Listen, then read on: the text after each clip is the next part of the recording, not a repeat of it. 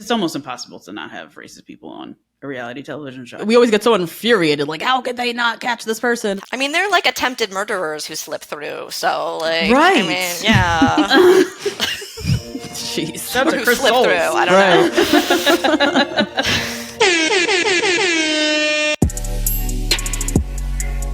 know. All right, we're recording. We're recording, everybody. Hello, hello. Hello, hello. Welcome to Two Black Girls, One Rose. Where together we'll uncover what we can learn about modern dating, love, and relationships from popular television. I'm Natasha. And I'm Justine.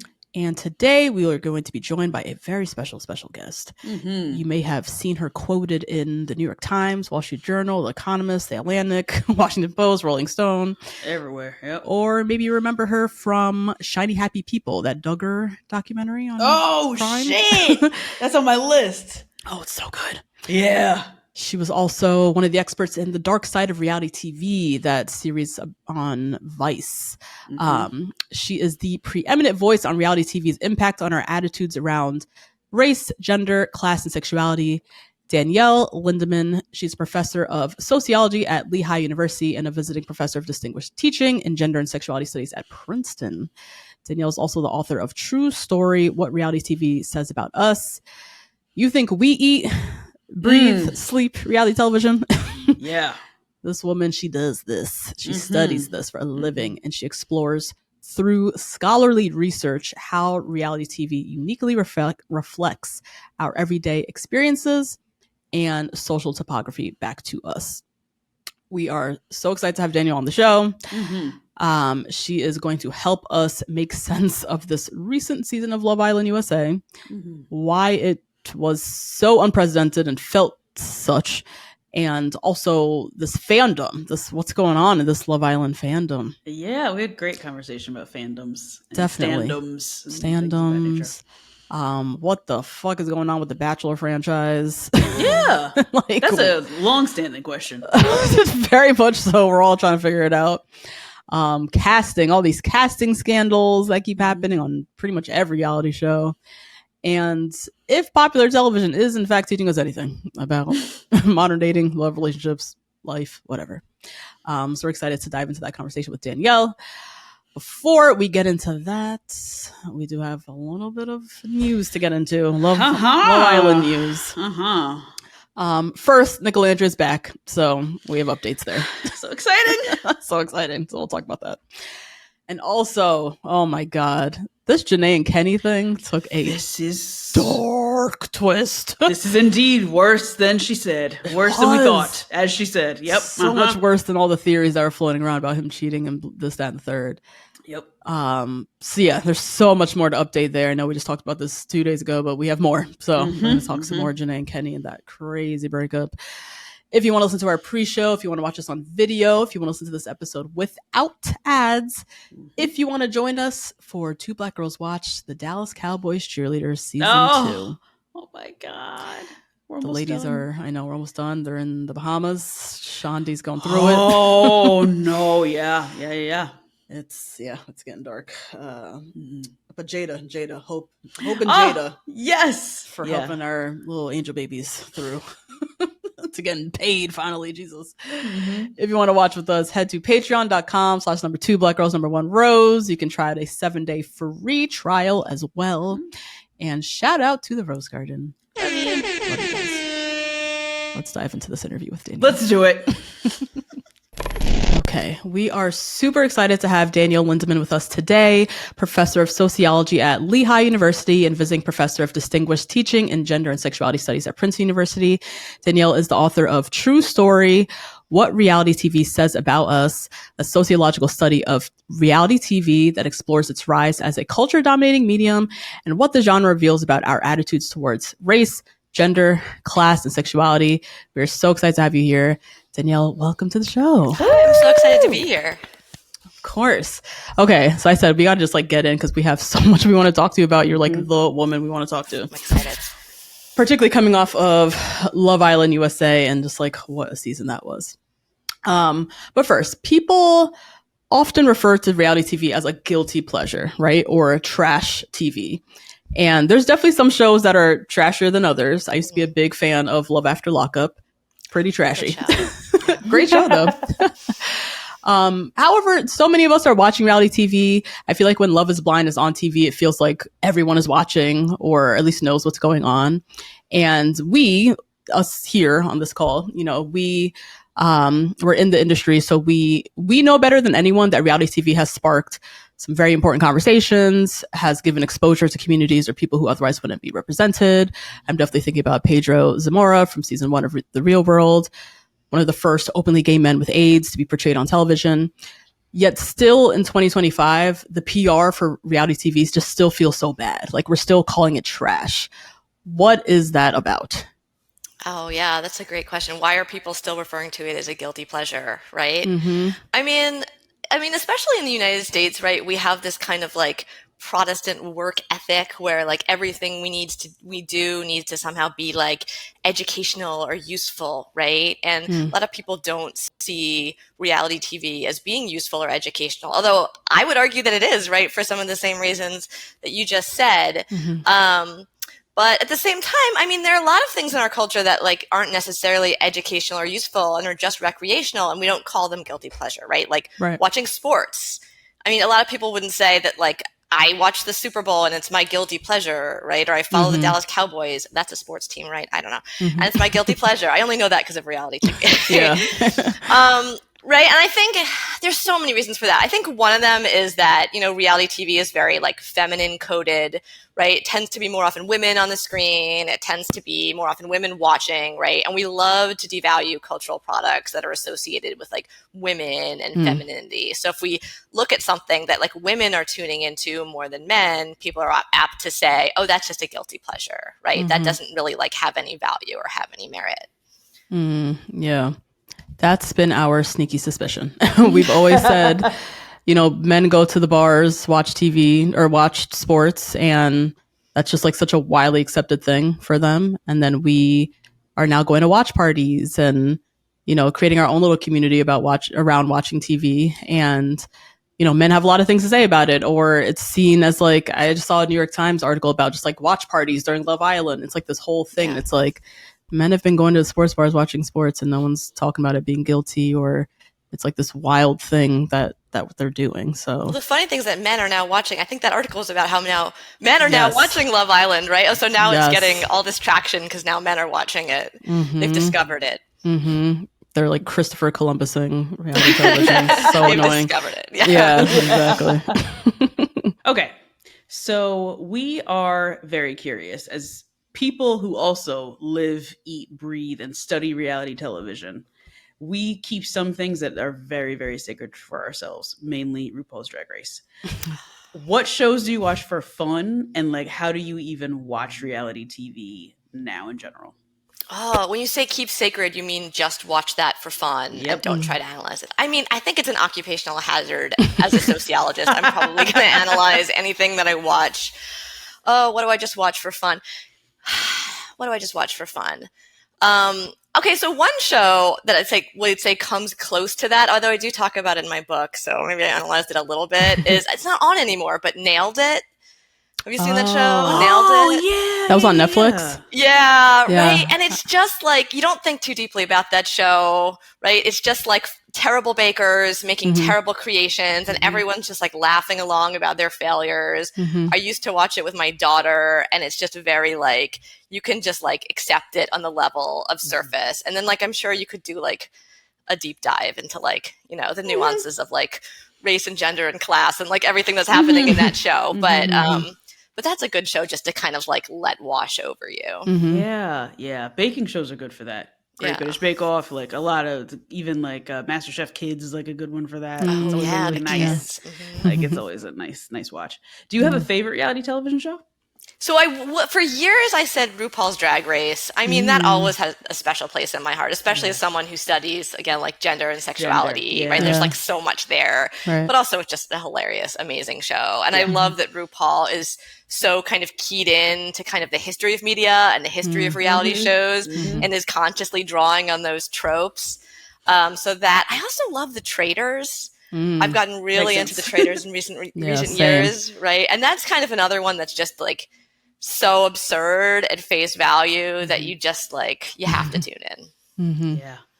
Yeah, RuPaul is obviously one of our favorites. We always say the most talented people in the world are on that show. television. Amazing. Yeah. And everything I know about drag, I know from that show. From Drag Race. Yeah. Right? And which is Straight up. now a lot because I've watched so many seasons, right? Yes, exactly. But it's funny, like I assigned that show in my class, Sociology for Reality TV. Yeah. And one year I had it in the syllabus, but I didn't tell people what it was. I assumed they would know because it's like out there, right? In the cultural zeitgeist. And one of my students, this poor guy, this poor like straight male, thought it was a car racing show. And he was like, professor, like I watched this in the library with my headphones on, and it was drag queens. And he was a good sport about it. But you'd think at this point people would know that show. I know. And so sad. I was going to say, he doesn't know who RuPaul is. I mean, RuPaul's multi-talented. Maybe he could be fixing cars, but I don't.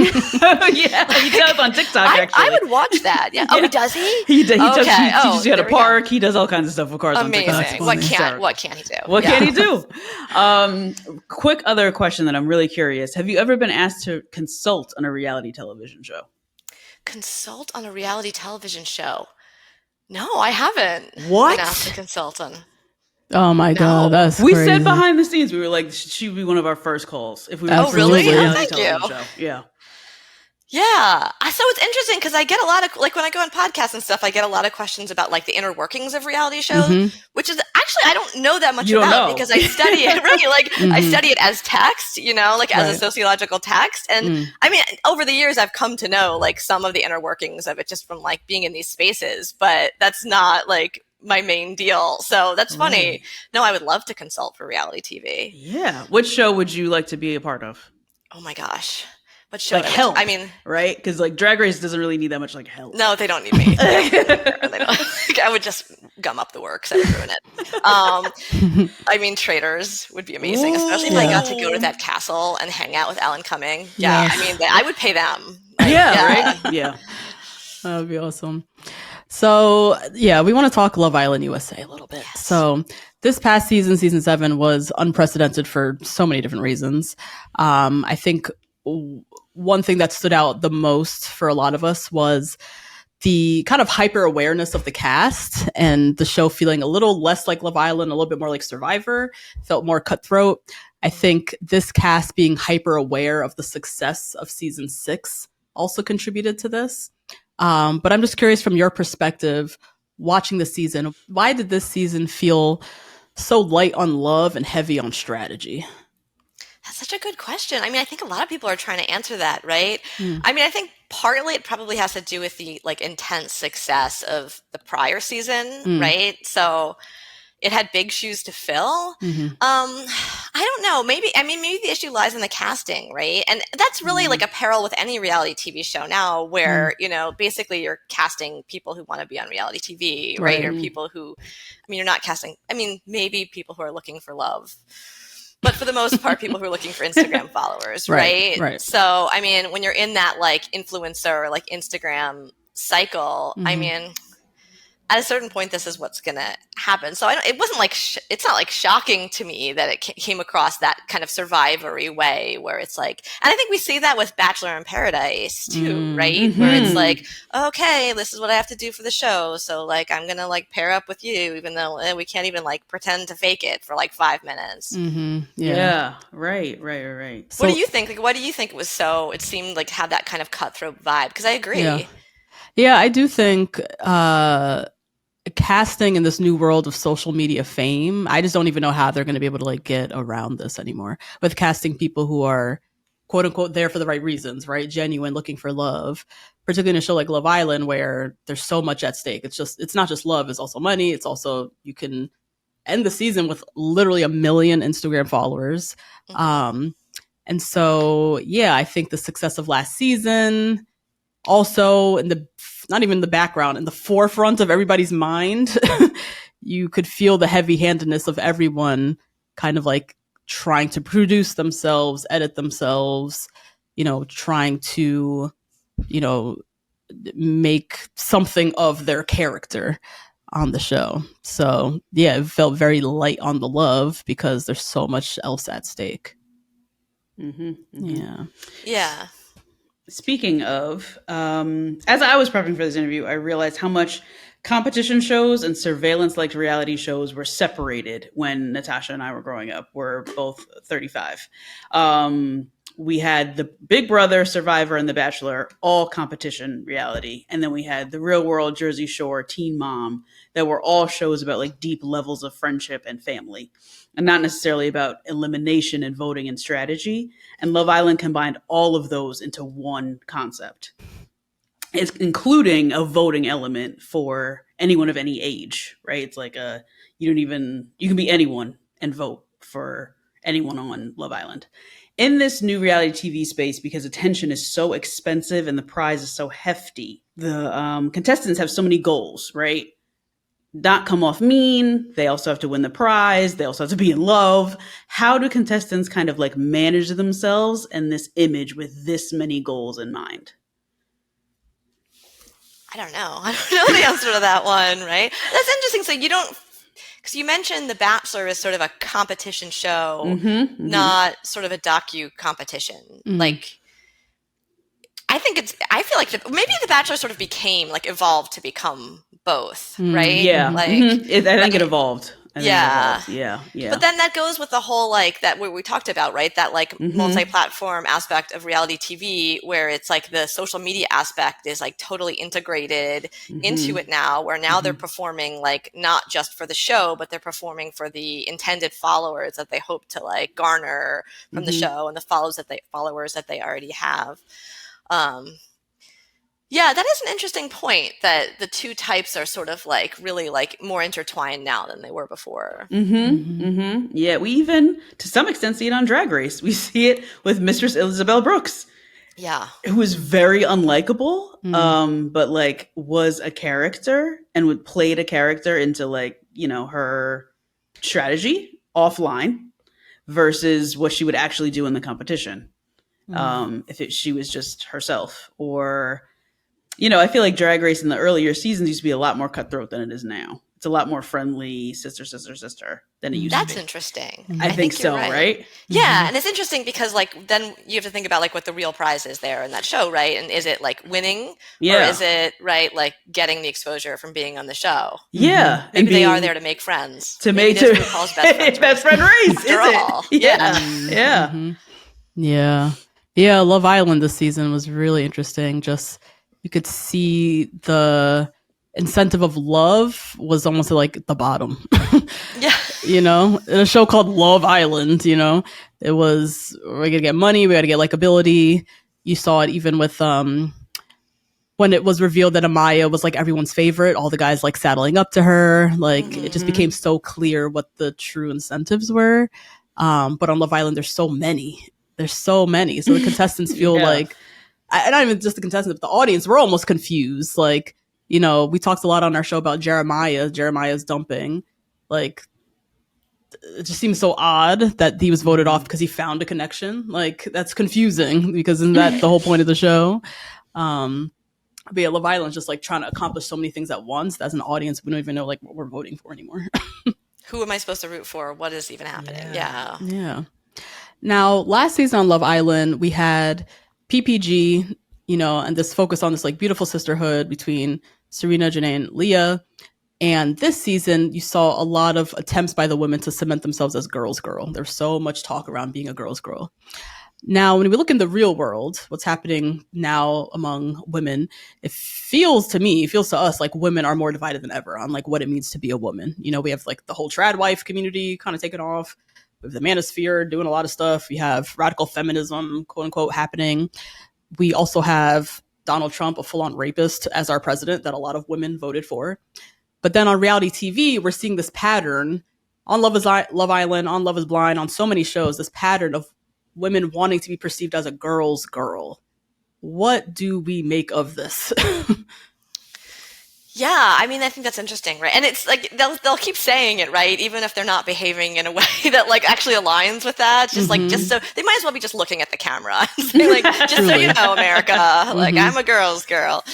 I think we still sort of hold that as a cultural value, right? Women should support women, and I even think some of the trad wives or like the Trump voters, right, would probably say that too, right? Like a lot of them would, I don't think they would say, like, in terms of like the narrative that they're telling, like, I don't think they would say like, I don't support women. I mean, maybe some of them, right? Some of them would, but like, or like would just say that like women are not smart enough to be president or whatever. But I think like that narrative is still like really privileged and prized, this idea that like women need to lift other women up, whether or not like that's actually happening in practice.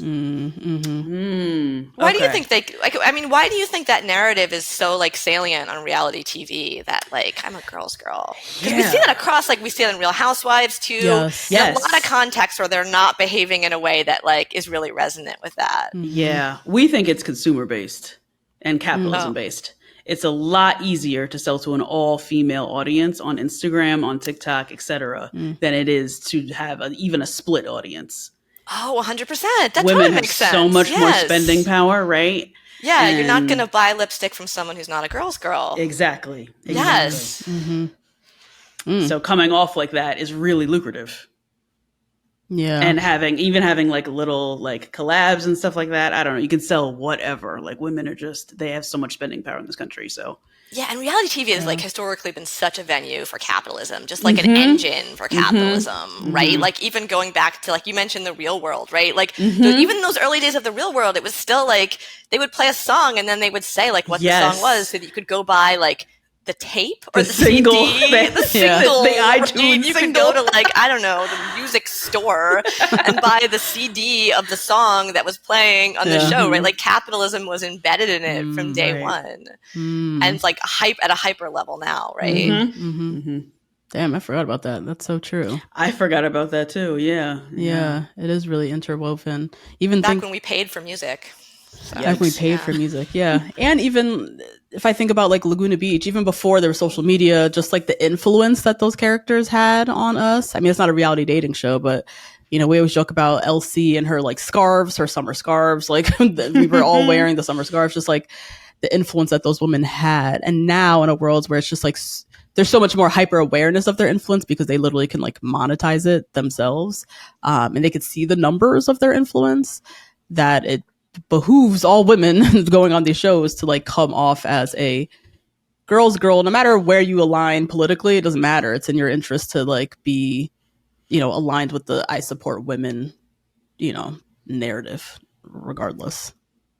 Right. And in some ways that's empowering for women, right? Because then the power is lying with like the individual woman who's now this like independent contractor, right? Who's like controlling her own, in some ways controlling her own image, in some ways not, right? Because it's within that curated world of the show.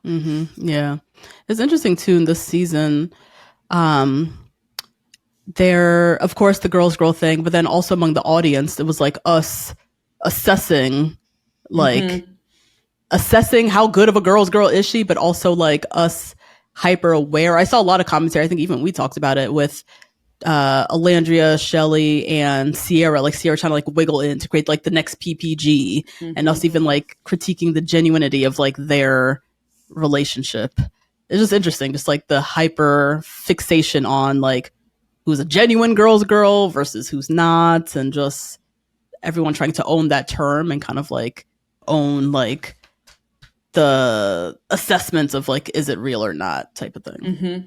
Yeah, and then of course they're put in a context where it's almost impossible to be a girl's girl, right? Like, I was thinking this too while watching Bachelor in Paradise. It's like you bring in someone and basically she's brought in order to break up other couples, right? That's what she's doing, right? And then she's sort of portrayed as the villain. She's portrayed as like not a friend to women because this is what she's doing, but that's like the context of the show. The point, Now, Love Island, the viewership of Love Island this season was like massive. So we had 39% of the audience were new viewers. We saw nearly 30% of the viewing occurred on mobile devices, which seemed to signal like a younger audience was tuned in. And then TikTok has been ablaze, is still ablaze with commentary like no other. We're still watching their every move and everyone's still chatting about it.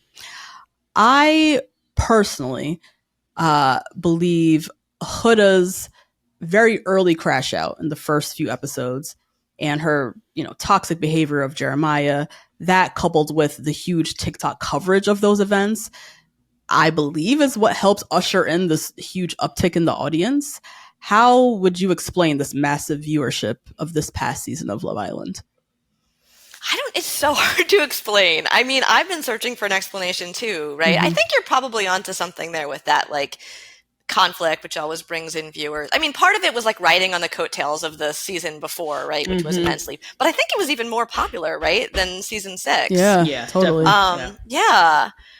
So, and I don't know, like, I even as someone who studies this stuff, like, I'm really stumped with this season, because like you said, right, like, a lot of it didn't, audiences sort of like understand that reality TV is artificial, but there needs to be kind of like something that's genuine there that we can like grab onto. But like, we don't really see that in this season, right? But people just kept watching and watching. So yeah, I think you're right. Like, a lot of it was like spurred on by like TikTok and like the online discourse, right? It was, I mean, maybe it's just the spaces I'm in, but it was like impossible to go on social media without like discourse about this show popping up, right? I think the other thing is, like, Love Island is sort of an interesting throwback show in some ways, because people consume it synchronously instead of like just like, oh, here's a dump of 8 episodes and you can watch them at your leisure, right? And this like really spurred on that whole like watch party culture, right? Which is almost like very 90s in a way, or early 2000s in a way, right? And so people were experiencing this like,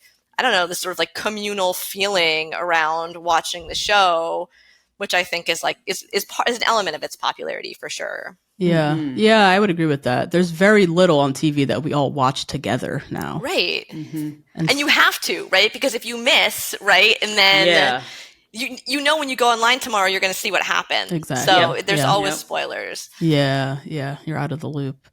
And that's what's a fun element, I think. Like, so my brother tuned into Love Island USA. He's a UK like stan, never wanted to watch USA. He got involved because I was telling him to. And also he was just coming across Huda crash out content and was like, I gotta watch what this is. What is this? Who is this? Yeah. What is this? So also this like draw of needing to be a part of the conversation. You're left out.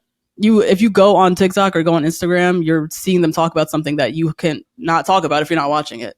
So it's like also the FOMO, like massive FOMO for a show that comes on every day for 5 weeks, 6 weeks. Yeah.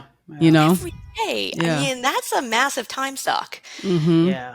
Massive. But we were sucked in. Yeah. We were. Yeah. Yeah, and we couldn't miss out. The fear of missing out of that was like too big that I might as well just like get involved.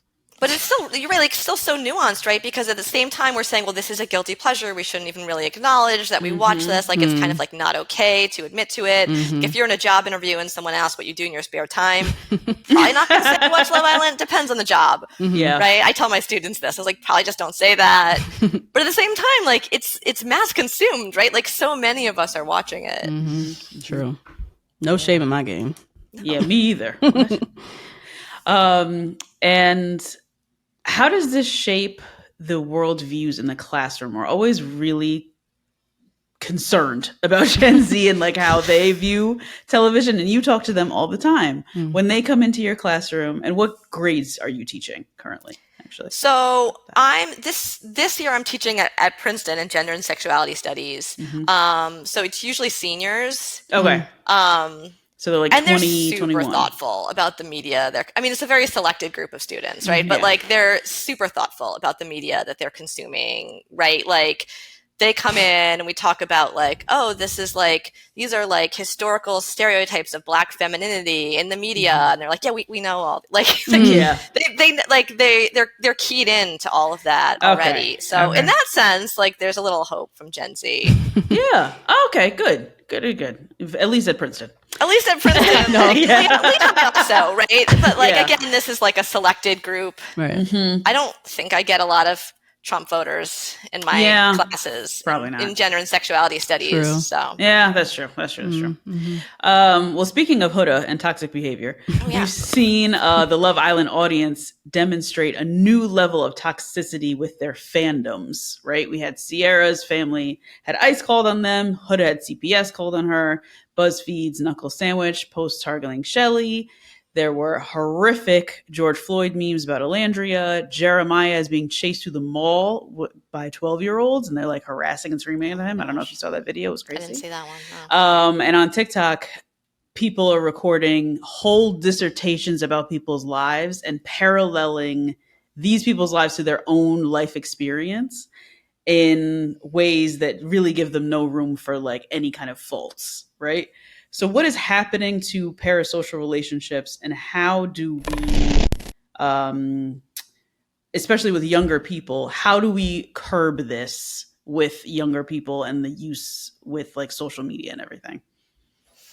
Yeah, I mean, that's a really good question, right? Like, I was going to mention parasocial relationships too, right? It's like this idea that we know the people that are on our screens, but in this case, it's like people that we know, not as characters. It's not like, we're watching Carrie Right. Bradshaw. We're watching, these like Olandria as Olandria, ostensibly. I mean, to some extent, they're performing, right? But we know them ostensibly as themselves. And then because of this multi-platform approach, we're like interacting with them in all these other ways. And so we do like really feel like we know them. And like, over the course of my job, I've occasionally like talked to people who've been on reality TV, and they'll tell these stories. Like I'll see someone in a mall and they'll be like, you didn't tell me that you were pregnant with your second kid. Like they owed them they've never met before. Right. But they felt like they knew them and they were owed an explanation, people who otherwise seem normal. And so I don't know how we curb this for the younger generation, because is this just life now? Right? Oh, Like, no. do we feel like entitled to I hope not. Maybe that's too pessimistic, but like, do we feel, it's been a huge like 180 from like Elizabeth Taylor kind of celebrities where we like felt like they were untouchable. They were on a pedestal. We didn't know much about them. Right. To like, okay, like I'm entitled to chase Jeremiah through a mall. Right. Yeah. Do you think it's because I compare these fandoms to Nicki Minaj has the Barbs, Taylor Swift has the Swifties. They feel very much attached to these people in a very like scary parasocial way. Do you think it's because we watch them every day? And as Natasha stated, 30% were on mobile devices. So you're watching them when you're on your way to work. They're like with you. They're with you. Everywhere you go, right? Is that part of it? Oh, yeah. I mean, it definitely could be, right? Like that's a really good point about the mobile devices, right? Like it doesn't feel like there's that level of distance, right? Because you're FaceTiming with Alandria. Yeah. So I don't know what the answer to that is, right? Because like that's just the direction that we've gone in. And I mean, more and more, I'm surprised it's only 30% are watching on their mobile devices, right? Like that's just like how my students consume everything. So like you ask them to like, send you a PDF and they're like, how do I do that on my phone? So, like they don't like, that's their like go-to. Right. So, right. Okay. Yeah. So I mean, do you feel like there's a way out of this? Well, people like Zendaya give me a lot of hope. Right? She's a true celebrity. She's really untouchable. We only know what she gives us, and that's it. Beyonce, even to some extent. That's true. We stand Beyonce on this podcast, but I still don't feel attached to her in the same way that a Barb feels attached to Nicki Minaj. So I think with social media, it's really hard to curb that because they're so accessible. But I don't know. I don't know the solution because I don't know the origin. I don't know how you get there. I don't know. But also, like reality TV is kind of different, right? Because it's different. It's true we know them as themselves, right? But Beyonce, we're not seeing Beyonce in a reality show, right? Like we see her on stage, so she's like separated. Even though we might like know some of like the nitty gritty details of her life, we still, have that social distance. So yeah, but I do think like the nature of fame has definitely shifted, but specifically with reality TV stars, there's that level of like, there's no distance between ourselves. Yeah. And I don't even know how they really create that distance. Like Beyonce and Zendaya, they're so like, so A-list and so like different from us normal lay people that they have a lot of control, I think, and protection of their image, their social media, their everything. As you said, Zendaya, we only see what we get from her team, But with reality television contestants, already from the jump, their image, their likeness is already given control over to a production company, and then their social media is under their control, but part of the incentive of going on that show is to become a product for people to consume. Right. Yeah. So it would, I don't know how it's curbed unless the contestants themselves curbs it, but then that defeats the whole purpose of why they went on the TV show and to make money. Yeah. It's not to blame them, right? I mean, no one deserves to be treated, but I mean, they are turning themselves into products, and people are consuming them. Yeah. It's getting real creepy. It is scary. Like seeing the video of Jeremiah being chased by these like 12-year-olds was really bizarre. And he looked really scared. Like he looked actually scared. And it's like, all right, these little kids are chasing you. But it's like, I think he in that video, what I'm watching is him recognizing his level of fame. And he's still thinking in his head that he's like a nobody. But you're not. Millions of people know who you are now, you know? Well, that's true. Like also, right? Like, because other types of entertainers, like often there's like an on-ramp, right? Where you're like, oh, you're playing small gigs for a while, then you hit it big, right? But these are people who had like nothing, and then, or maybe they were influencers to begin with, but they could have just like come from nowhere, and suddenly they're wildly famous. Yeah, Jeremiah was only on the show for like 11 days. Right, he was on the show for very long. So were they chasing him because they love him, or were they chasing him? Angry Huda chasing fans. It seemed like Huda fans, yeah. Because I was thinking like, oh, like people chasing the Beatles, like that, you know, that was a thing. Yeah. But that wasn't an angry mob kind of situation. They also just seemed like they were kids. They seemed like excited to see someone from TV. To see him. Yeah. Yeah, okay. So excited and angry. Yeah. It's not a good combo. Not at all. Speaking of like fandom and obsession, Nicolandria, that's got everyone in a chokehold, us included. We're obsessed. We are watching their every move. They are making a lot of people feel something, right? Particularly coming off of this last season where it was so heavy on strategy. They were like our seemingly one true love story that we can hold on to.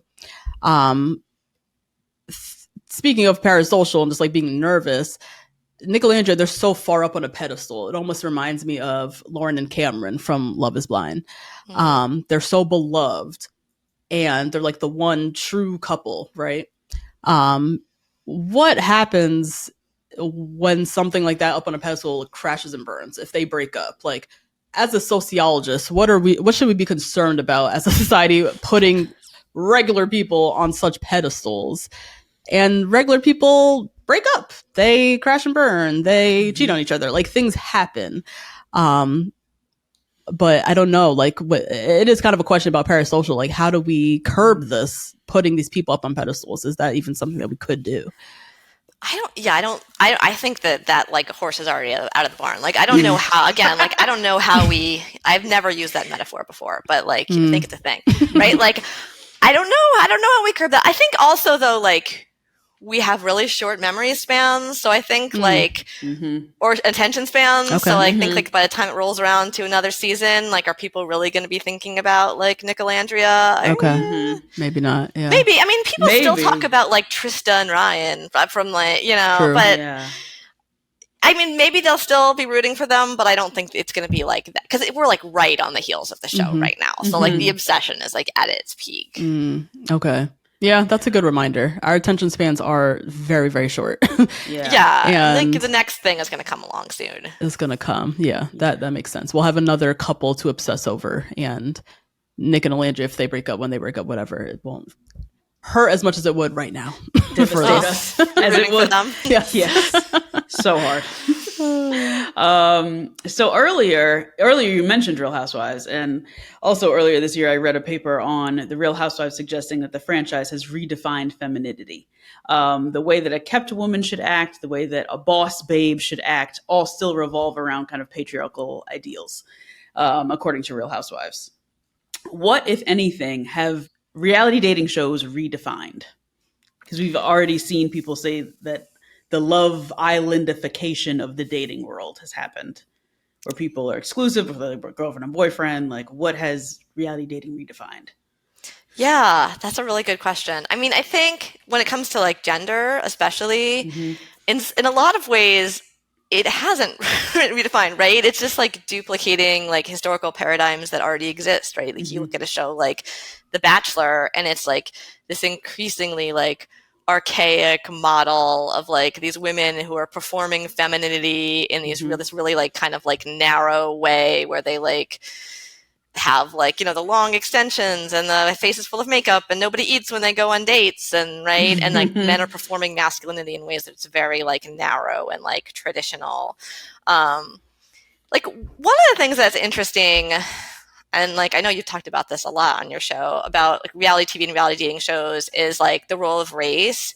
And like I don't know if it's like redefined race, but reality TV historically has been more like diverse than other forms of media. And like there are a lot of pitfalls there, right? Because there can be really stereotypical like representations, obviously, I'm sure you know.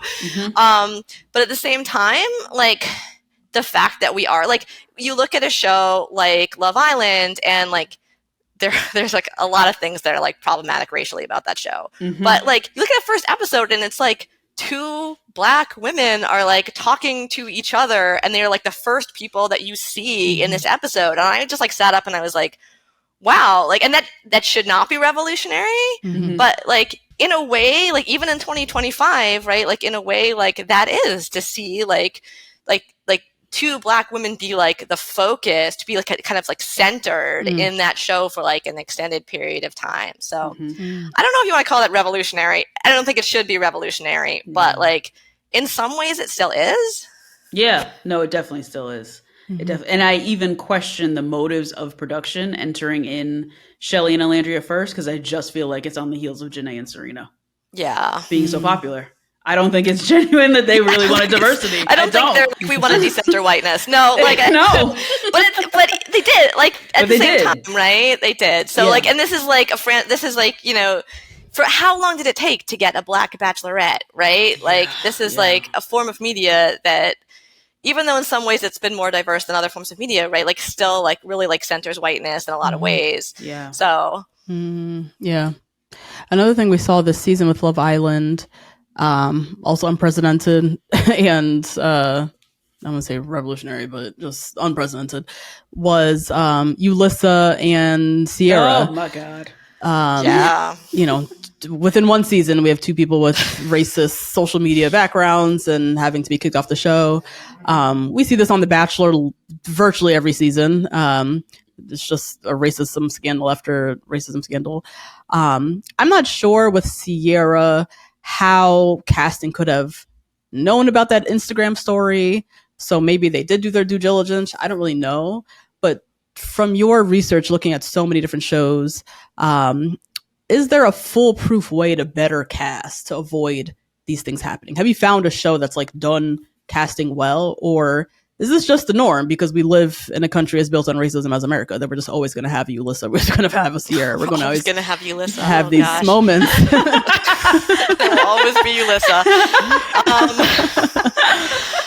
I mean, that's a really good question. I mean, sure, there are like some shows where you're not like seeing that the characters, the people have a history of like racist tweets.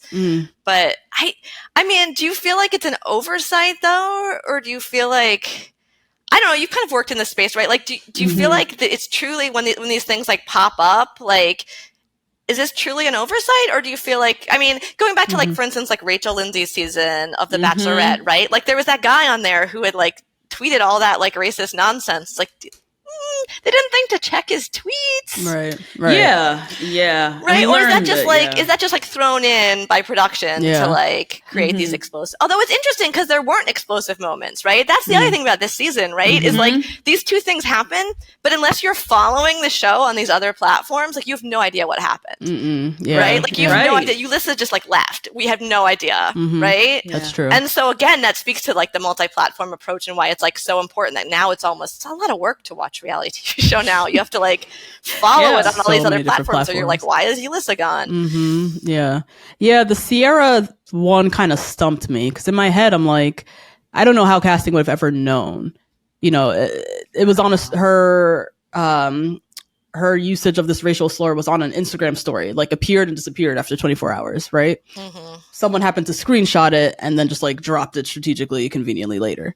So in my head, I'm like, casting could have said they did their due diligence and they didn't find anything, So I don't know. I just feel like this is kind of the way of the world now. Like it seems to be that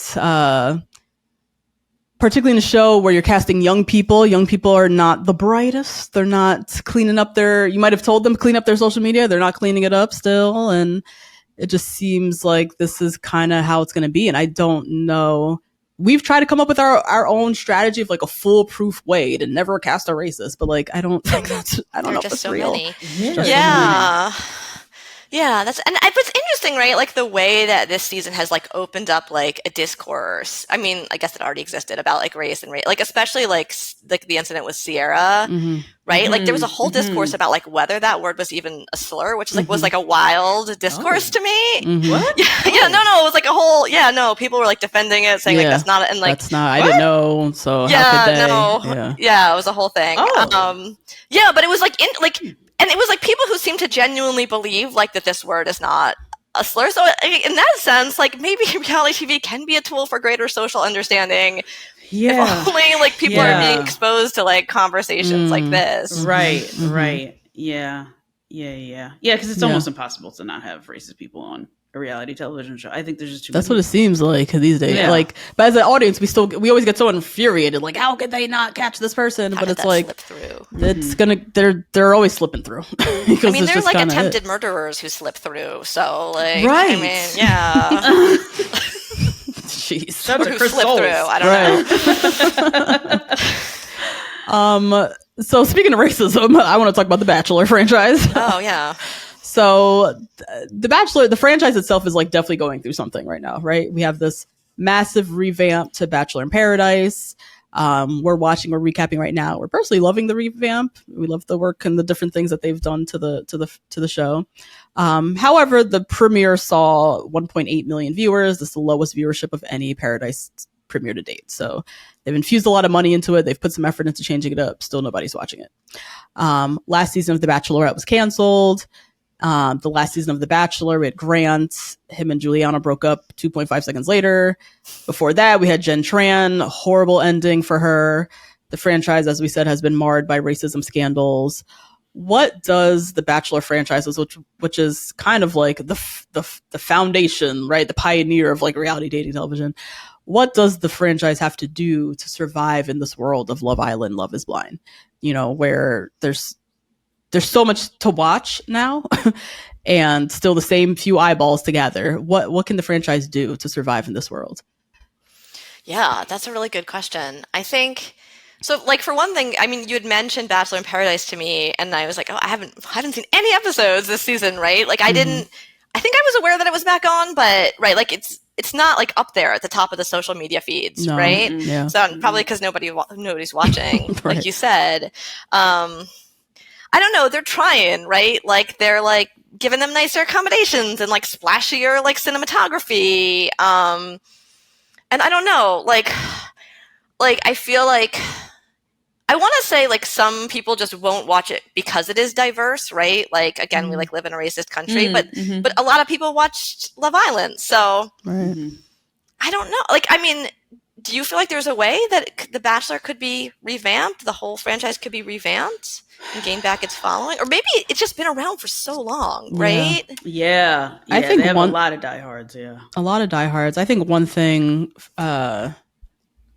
for sure is like the lead every season comes from the season before. So already you have to be like in the franchise to like even know what the hell's going on. So you're not bringing in any new audience members. And then Paradise is kind of like a who's who of the franchise. I don't watch the franchise. I don't know any of these people. So right. I feel like they're going to have to like get back to bringing in a fresh person every time, or a fresh lead every time. But I just wonder if this franchise itself is so, has just been so marred by scandal for like that even people who are like, maybe interested to tip over and look, they're just distracted watching other shows that don't have all the scandalous, past attached to it.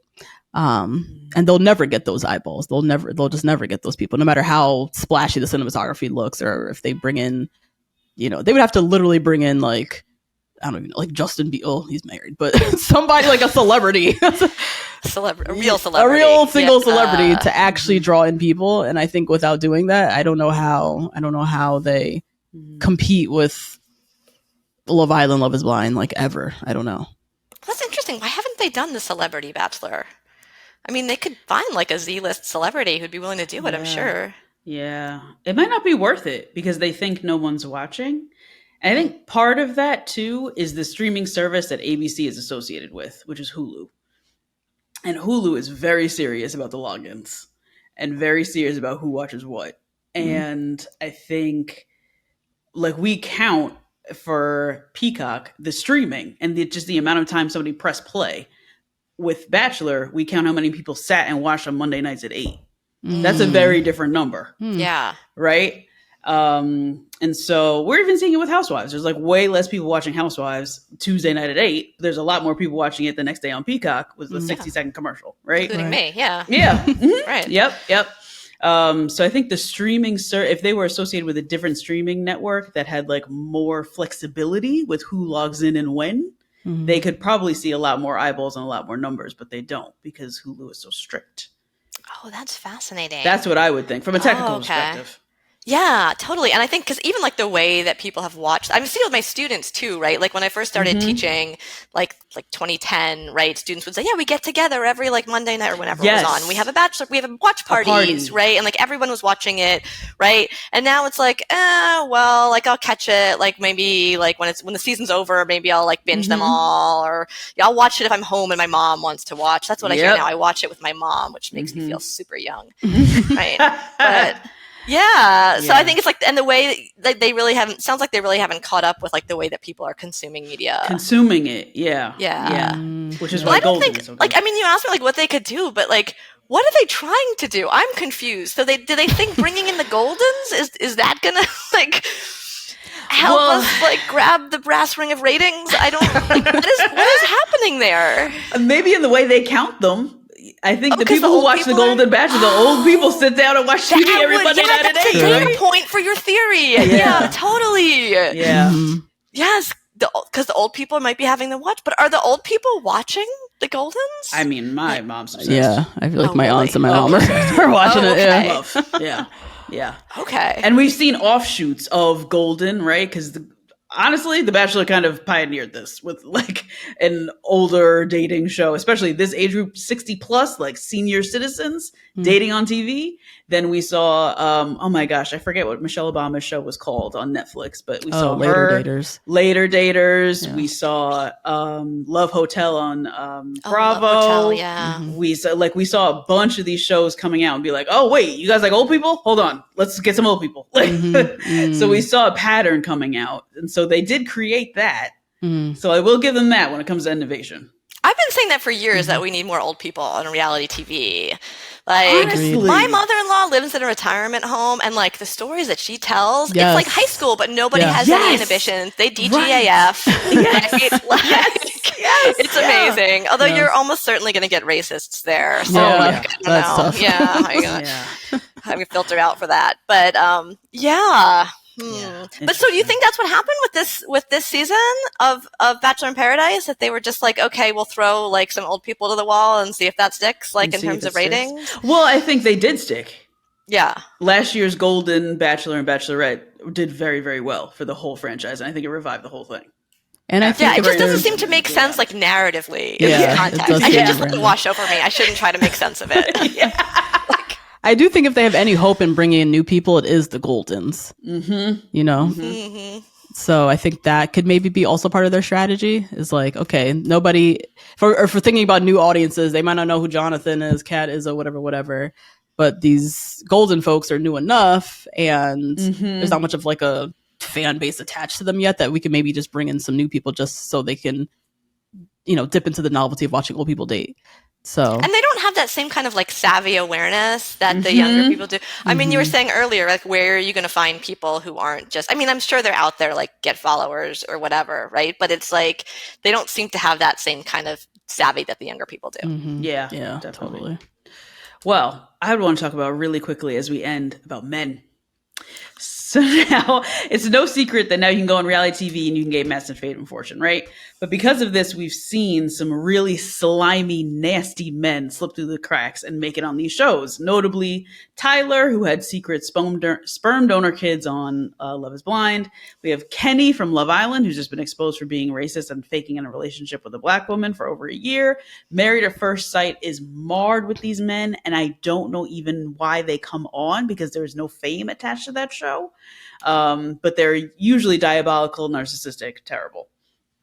And for men coming out of reality dating shows, there's usually two options: infamy or a couple's YouTube channel and a wife, right?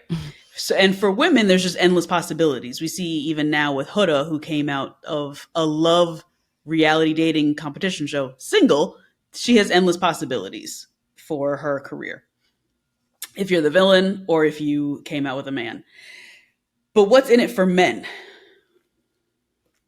Oh, that's a question to me. What is it for men being on reality TV? Reality dating television. Reality dating TV. Oh, gosh. I mean, I think it's, I think it is for like the fame and the notoriety, right? And the followers and the spon, right? Like, I guess at a certain point, like it doesn't matter if you're, right? There's no bad publicity, right? There's no bad press. Doesn't matter if you're like being perceived as the villain or the person that we love to hate.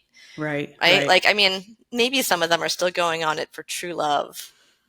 Yeah. I don't know, but I thought you were going to say also like just it's hard to find a good man on reality dating shows. It is. Why are they so few and far between? Like even the ones that aren't like, haven't had something horrible come out. Like even as I was watching Bachelor in Paradise, I'm like, ugh, like I don't know, like Brian, really? Okay, I don't know anything. Like I don't follow him. I don't know like anything about his like anything. But like, why?